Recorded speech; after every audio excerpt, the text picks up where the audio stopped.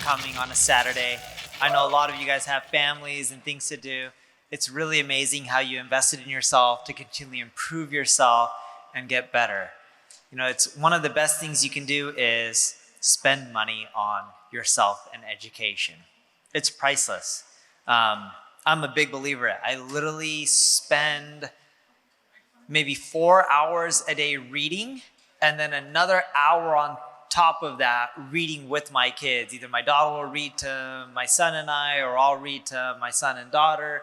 But education and learning, it's priceless.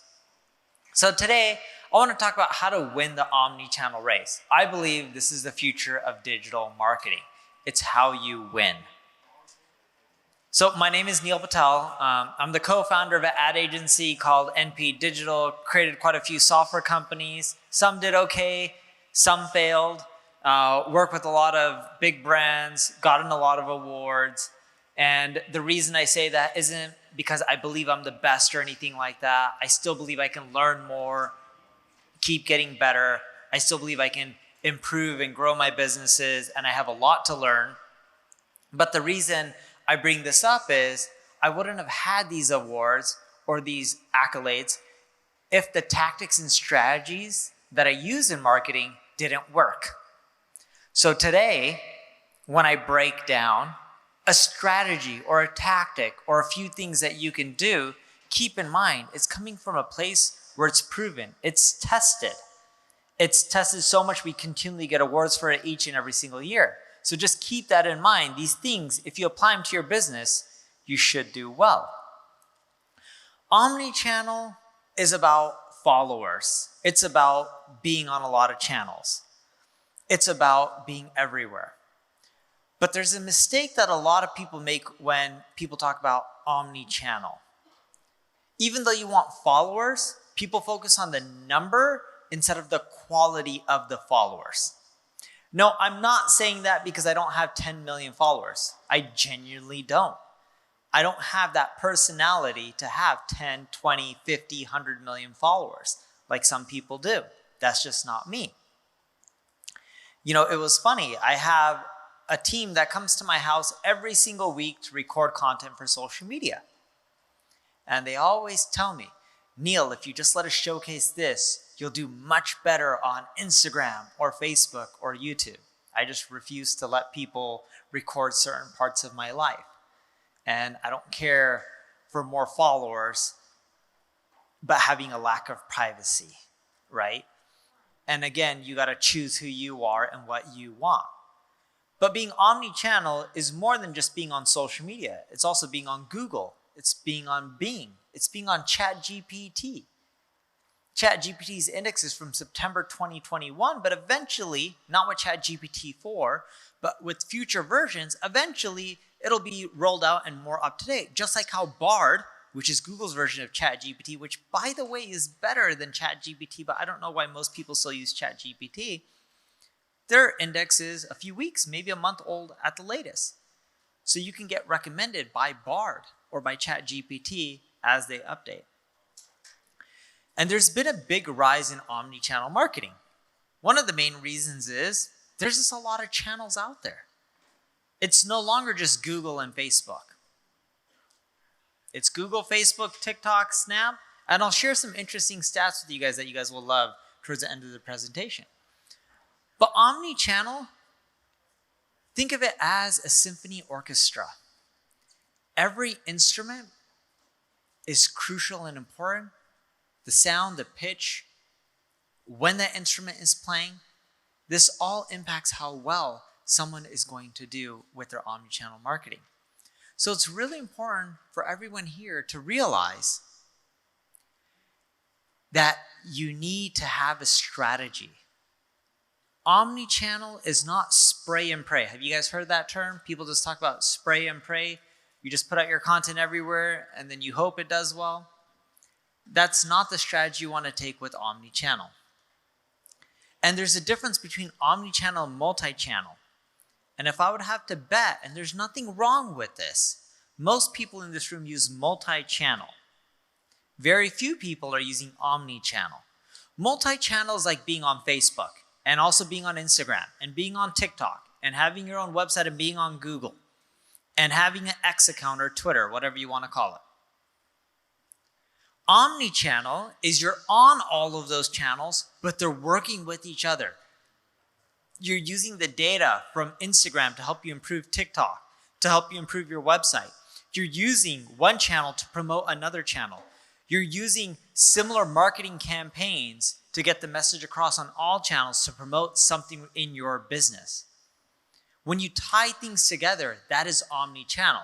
Most people look at their TikTok as separate than Instagram. Yes, they're two separate companies, but from a marketing standpoint, they should be working together. And that's a big thing you need to keep in mind when leveraging omni-channel. That is how you have a higher LTV. LTV stands for lifetime value of a customer. That's how you get people to pay roughly 30% more money in the long run. That's why big corporations don't just say, hey, I'm on Instagram, I'm on Facebook. They think it through, and they're making the channels work well together. 90% of consumers use multiple devices to complete a single task, such as repurchasing a product or making a purchase. This is from Google.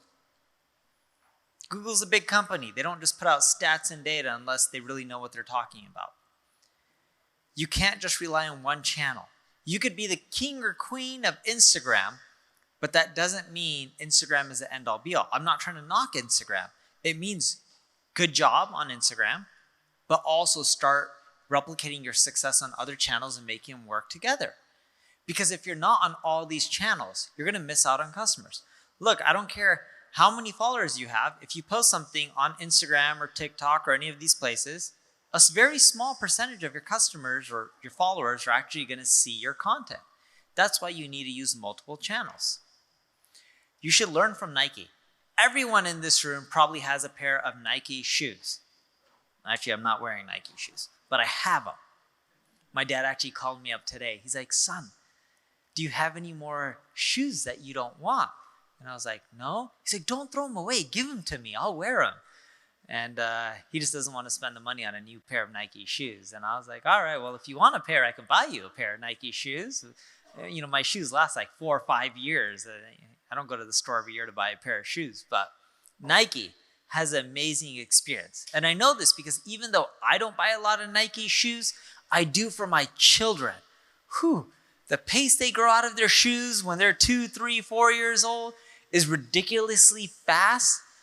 And I never wanted to spend a ton of money on shoes, but then I found that certain shoe brands hurt my kids' feet. So then I cough up the money, 30, 40, 50 bucks for a pair of Nike shoes that only last 2 months, 3 months. And their experience is amazing. Not their pricing, their experience. And I'm Indian, so when I see shoe made in India, I'm like, I know this thing didn't cost you $1 to make, but I'm paying an arm and a leg. I went to India a few weeks ago too, and I started looking for Nike shoes in all different sizes, thinking I can save a lot of money. Didn't work out. It was expensive there too. But Nike has an amazing experience. Check out their app, check out their website, even customize a shoe. I've played around with their shoe editor to customize Nike shoes. Haven't ordered one, but I played around with it. And they offer not just an amazing experience, but they offer a consistent experience. That is the word to keep in mind here with omnichannel, consistency. You expect the same thing from Nike no matter where you go, what country, what app, what social channel, and they provide that.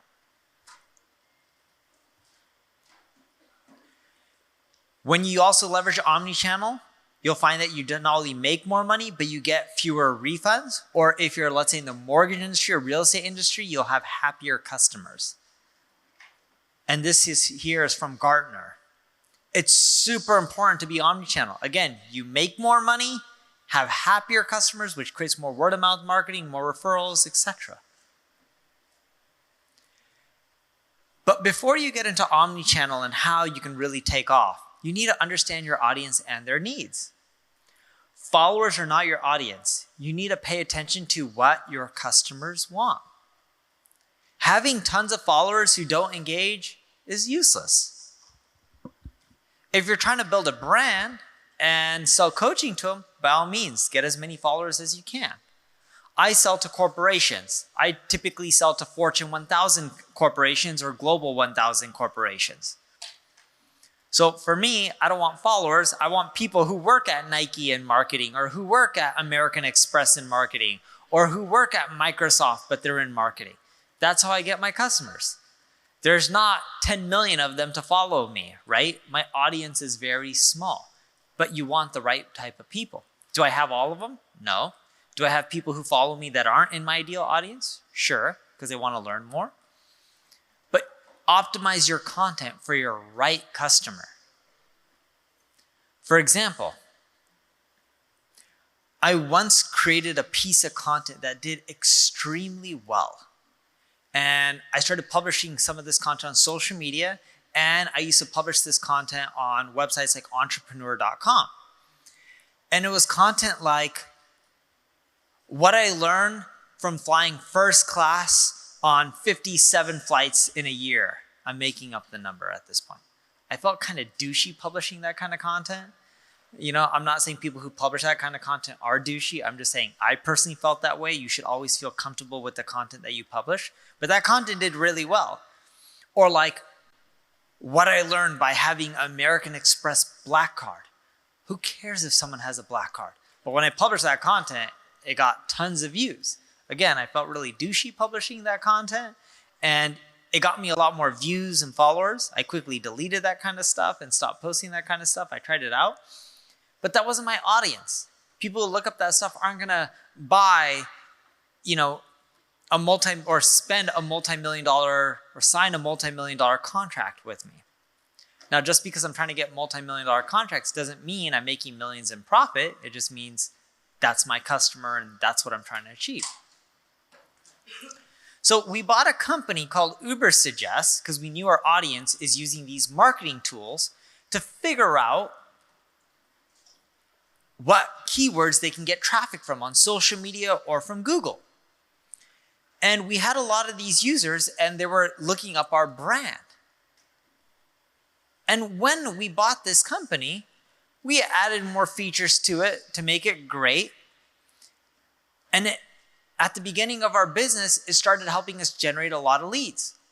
At the beginning of our business, 40+% of our customers came from this app because that was what our ideal customer audience was using. That's what they were spending their time. It generated 36 million users over 5 years. And then we repeated the formula and we bought another one called Answer the Public. And we did the same thing over again because this is where our audience spends our time. The reason I'm showing you this is people spend their time in a lot of places that you may not think about. And it ended up generating 18.8 million users over 5 years. And then we collected a lot of leads from these tools, right? This is where our audience was. You can do the same thing from social media. I was talking to Albert. He was giving me a ride home the other day. And when I mean the other day, probably a month or two ago. I'm probably off of my timelines, maybe even longer. And he was telling me how he was DMing people. And he gets a lot of customers from direct messaging Instagram. I've never tried that out. It's a cool strategy and cool approach. What I'm getting at is it doesn't have to be tools. It could be social media. It could be anything. The possibilities are endless.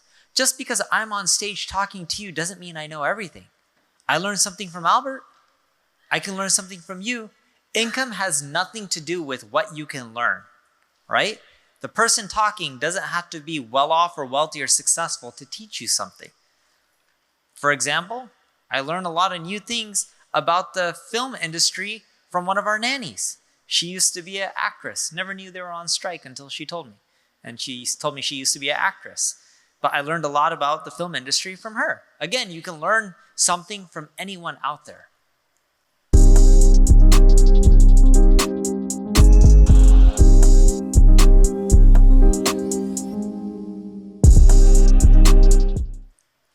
You can even use tools like ChatGPT to create tools for you. You didn't even have to create your own tool. It created the tool or the game Pong in 60 seconds. You can do it all automatically through tools like ChatGPT and Bard. What you want to do when you're going omni-channel, though, is to create a consistent brand experience across the channels. You want to follow what's called the peak end rule. It's the peaks. It's how someone interacts with you, typically towards the beginning and at the end of being in business with you.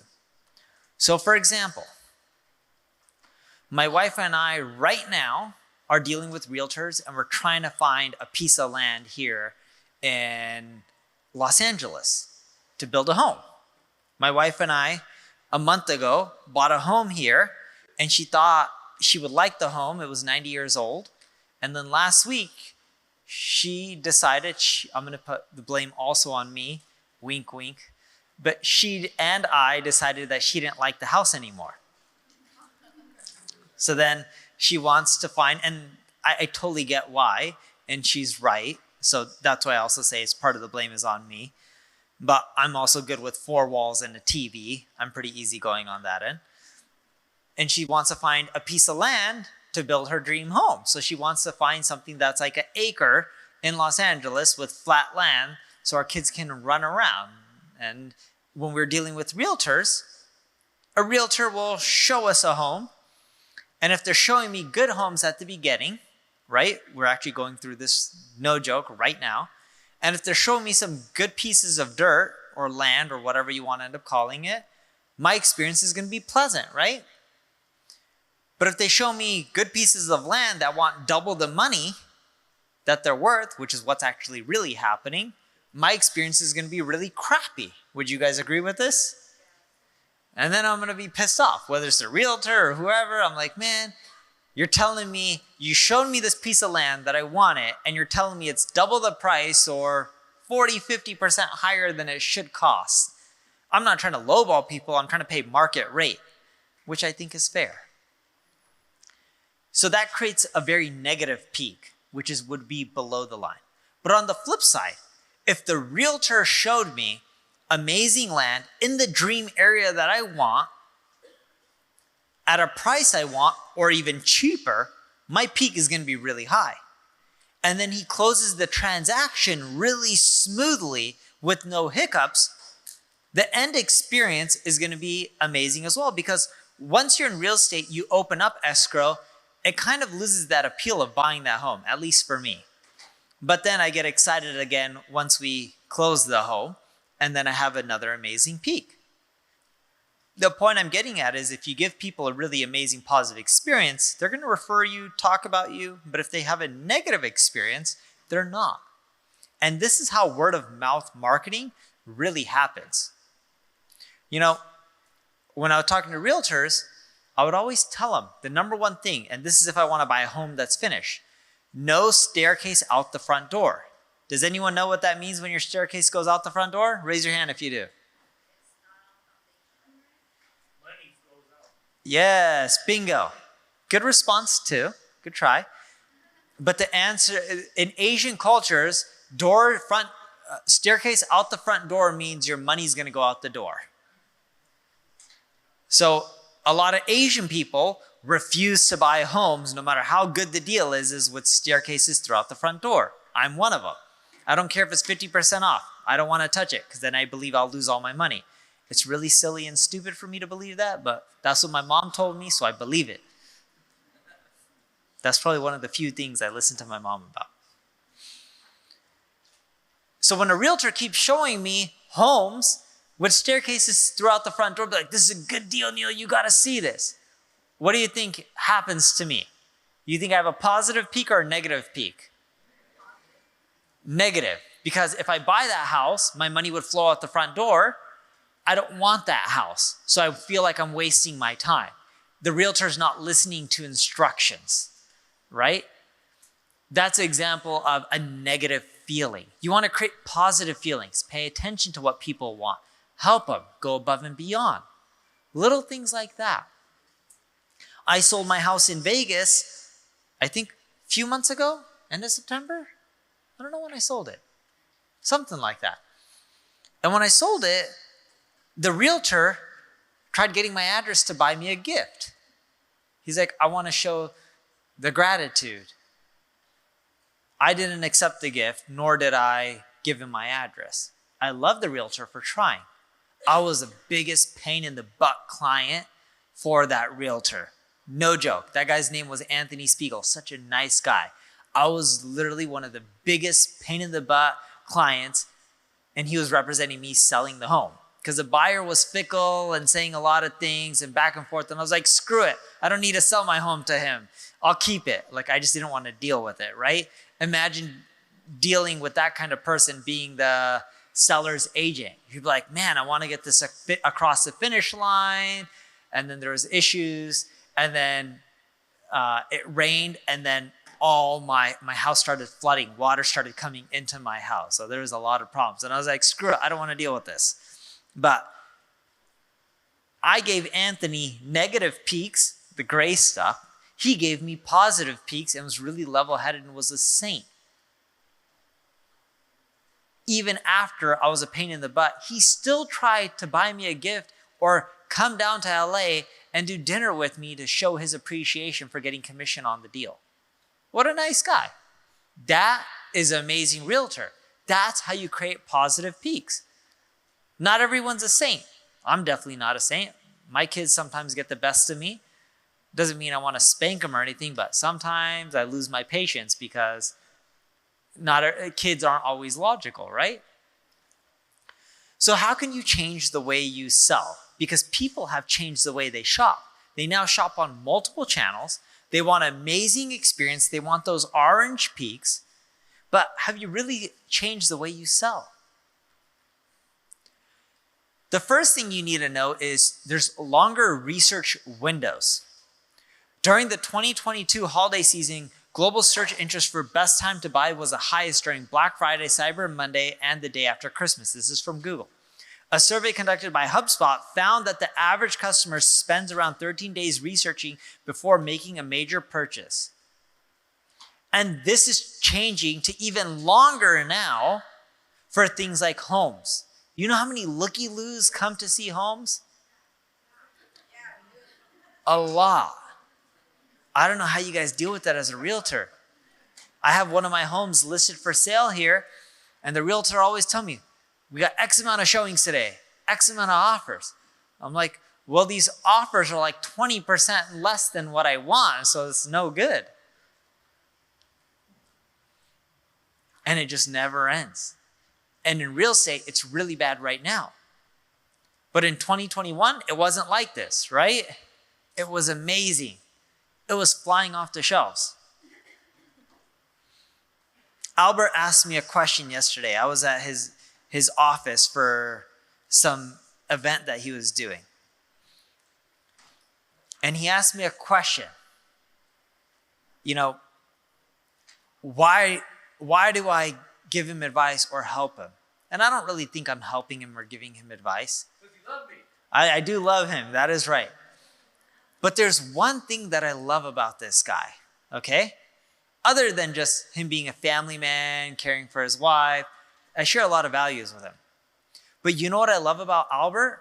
2021 was a booming year for real estate. 2022, 2023, not so much. Albert won't tell you this is a better year for real estate than the boom. But you know what I love about him? He's relentless.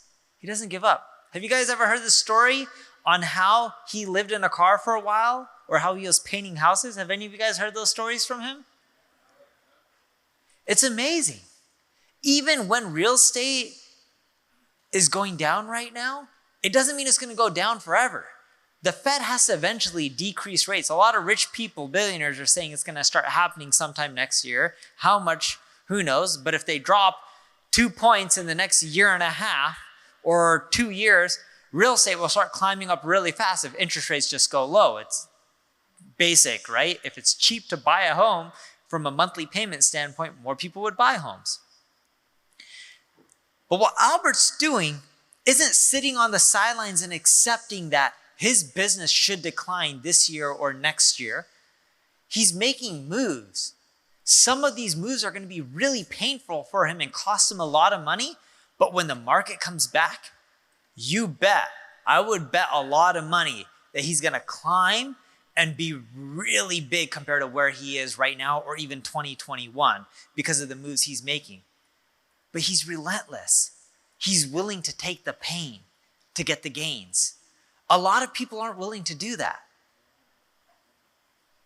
And he doesn't have pride. And what I mean by this is he's not here to tell you, dude, I'm doing better than everyone else. Look at me, I'm crushing it. Yes, he'll tell you where he's doing good, but he'll also tell you when things are tougher, but he'll work on making things better. And he doesn't just sit on the sidelines to wait for things to recover. Instead, he works his tail off and gets creative to make things happen for him. In other words, he's making his own luck. Bless you. You're welcome. But thank you. But Albert is really making his own luck.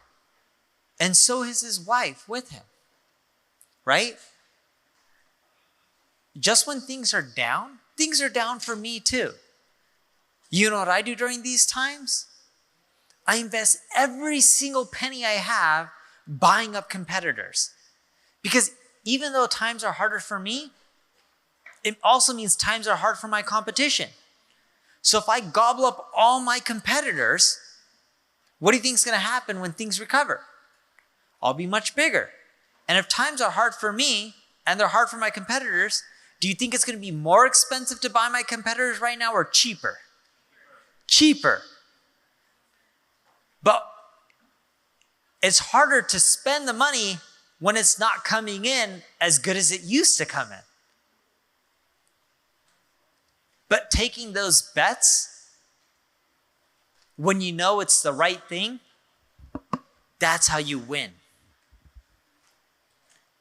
And people will be slower to buy, and this is going to continue to extend if the economy keeps getting worse. But that doesn't mean you should stop your marketing. You should keep doing omnichannel. You should keep educating. You should be patient. Look at different channels of omnichannel as well when it comes to reaching people.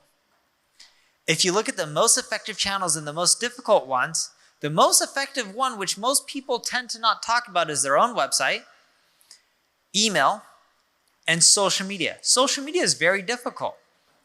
SEO, very difficult. Display ads, very difficult.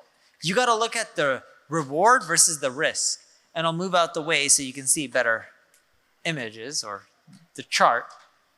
But focus on the channels that have the higher ROI when it comes to omnichannel and the easiest to do. And brands that are the most successful have a good split from organic to paid and branded versus non-branded. Branded is like someone typing in Amazon or Nike. By the way, did you know Amazon was the top 10 most searches on Google each year? Just the word Amazon. They're not looking up the rainforest, they're looking up Amazon, the e-commerce site. But if you're getting around 30% of your traffic from your brand, that's good. 70+% of your traffic should not be from your brand. If you have it where 95% of your traffic is not from your brand, that means you're not doing a good job building up your brand, so you should spend more time on that. If 50% of your traffic comes from paid and 50% from organic, whether it's organic social or paid social or organic SEO or paid SEO, you know, a good balance is roughly 40% paid, 60% organic. We're also seeing a decrease in spending or delayed purchases. A study by Nielsen Research found that 66% of consumers are delaying big ticket purchases during a bad economy. That's a big delay. People just don't want to spend as much money. A study by PwC, PricewaterhouseCoopers, found that 58% of consumers are spending less on non-essential items during a bad economy. You know how expensive credit card debt is right now? It's ridiculously high. You got to make sure you're paying off your credit card debt, especially in times like this. There's also a shift towards omni shopping. A lot of people are researching on the internet and then buying in the store. Or a lot of people are seeing something in a physical store and then buying online. If you have a retail store, Like I met someone yesterday who has a hearing aid company. I met someone yesterday who has a Muay Thai gym in 2 locations. Congrats to them. You got to end up thinking about online and offline, both, not just one. And then you can use your offline stuff like receipts, like if you shop at Nordstrom saying, hey, go online, here's a coupon to buy more online. This is how you're making omni-channel work together. The landscape is pivoting from a spontaneous purchase to attentional shopping. During the COVID years, everyone was spontaneously buying homes, right? I was one of those people. I overpaid for a home. What can you do? Live and learn, although I don't really learn, but I live through it. From choosing a channel to being the channel. You need to be the channel, not just rely on the platforms. Collect your own email addresses, build your own connections, do in-person events. Be your channel. People used to be loyal to brands, to now, in this economy, they're loyal to the experience.